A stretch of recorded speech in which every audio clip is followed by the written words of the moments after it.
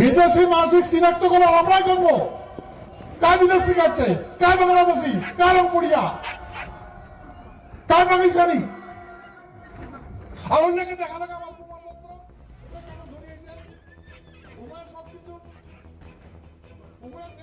রাষ্ট্রপতি, প্রধানমন্ত্রী এবং রাজ্যপালকে পাকিস্তানি বাংলাদেশি বলে বিতর্কে জড়ালেন রাজ্যসভার সাংসদ অনন্ত মহারাজ। এসআইআর নিয়ে রাষ্ট্রপতি, প্রধানমন্ত্রী এবং রাজ্যপালকে পাকিস্তানি বাংলাদেশি বলে বিতর্কে জড়ালেন রাজ্যসভার সাংসদ অনন্ত মহারাজ ওরফে নগেন রায়।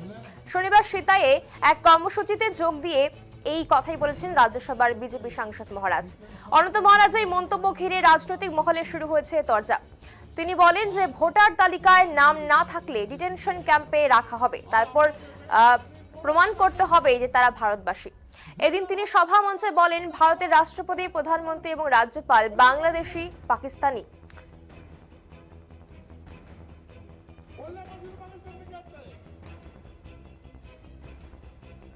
ভারতবর্ষের রাষ্ট্রপতি পাকিস্তানি,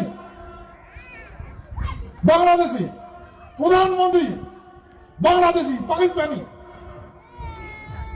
রাজ্যপাল পাকিস্তানি, বাংলাদেশি, পুলিশ প্রশাসনের প্রায় মানুষ বাংলাদেশি, লিডার গুলো সব বাংলাদেশি। তাহলে আমার প্রমাণপত্রটা কাজ দেখবে? সংবিধানে খোয়া আছে, ওই সংবিধানের চেয়ারটা কাজ বসবে।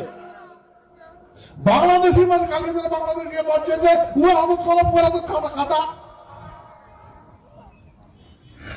প্রবলেম আছে না নাই ভাই? প্রবলেম আছে না নাই? ওনার সম্পর্কে যত কম বলা যায় ততই ভালো। উনি স্বঘোষিত মহারাজা। উনি যে দলে আর যদি এতে কোনো ভোটার লিস্টের নাম না আসে, তোমার ব্যাংক ট্যাঙ্ক সব ফ্রিজ হয়ে যাবে, কোনো সুবিধা পাবেন না, বুঝলেন? গৃহমন্ত্রী কইছে ডিটেনশন ক্যাম্প বানাবে, অর্গানাইজারদের নাম উঠে নেই বলে রাখবে।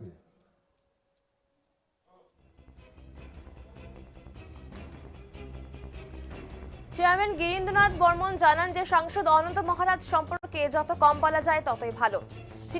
তিনি যে দলের সাংসদ সেই দলেরই প্রধানমন্ত্রী। এই ধরনের মন্তব্য সংবিধান বিরোধী, এই ধরনের কটূক্তি করা সঠিক নয়। তৃণমূল কংগ্রেসের লক্ষ্য কোনো বৈধ ভোটার যাতে বাদ না যায়।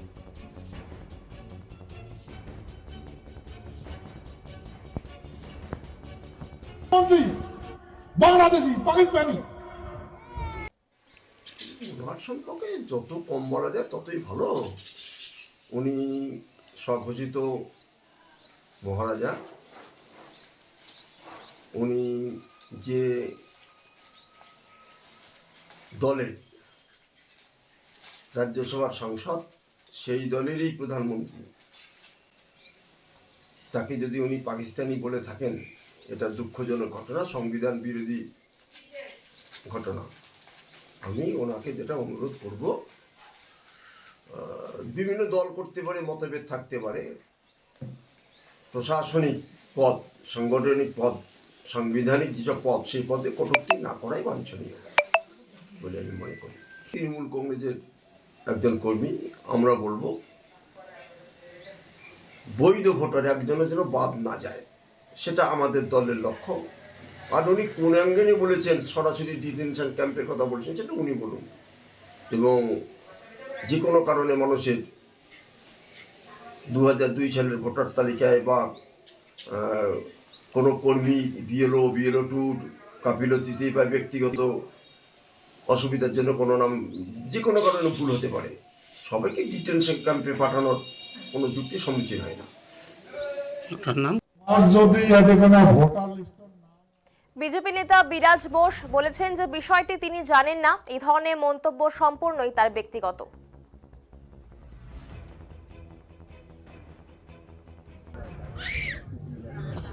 গতকাল সিতায়ে রাজ্যসভার সাংসদ অনন্ত মহারাজ একটি বিতর্কিত মন্তব্য করেন, যেখানে তিনি বলেন ভারতের রাষ্ট্রপতি, প্রধানমন্ত্রী ও রাজ্যপাল পাকিস্তানি ও বাংলাদেশি। কি বলবেন? ব্যাপারটা জানা নেই, যদি উনি বলে থাকেন এই কথা, তাহলে সম্পূর্ণ ওনার নিজের কথা বলেছেন। এই ব্যাপারে কোনো মন্তব্য করাও ঠিক হবে না, যেহেতু জানি না, মন্তব্য করতে চাই না। আর যদি এখানে ভোটার লিস্টের নাম না আসে, তোমার ব্যাংক ট্যাঙ্ক সব ফ্রিজ হয়ে যাবে, কোনো সুবিধা পাবেন না, বুঝলেন?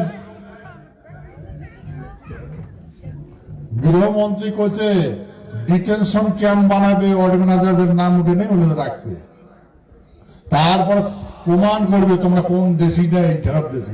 আরে আমাদের টাকার মানুষের প্রমাণটা কাজ করবে, যেগুলার হাতত খাতা কলম ওলে তো বাংলাদেশি, ওলে তো পাকিস্তানি, ওলে মসজিদ পাকিস্তান থেকে যাচ্ছে। ভারতবর্ষের রাষ্ট্রপতি পাকিস্তানি, বাংলাদেশি, প্রধানমন্ত্রী বাংলাদেশি পাকিস্তানি, রাজ্যপাল পাকিস্তানি বাংলাদেশি, পুলিশ প্রশাসনের প্রায় মানুষই বাংলাদেশি, লিডার গুলো সব বাংলাদেশি। তাহলে আমার প্রমাণপত্রটা কাজ দেখবে, সংবিধানে করা আছে, ওই সংবিধানের চেয়ারটা কাজ বসবে। বাংলাদেশি মানে কালকে দিনে বাংলাদেশকে বলছে যে হাজত কলম খাতা প্রবলেম নাই ভাই, প্রবলেম আছে না ভাই? তো তোমার যখন দরকার নাই, ও তামাকের মুক্তি সত্যান, তামাকের মুক্তি সত্যান, শুধু জীবনযাপন করো।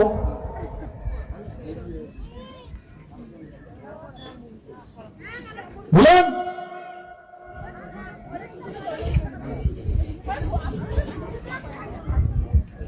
তাহলে কাজ আমার খবর করবে।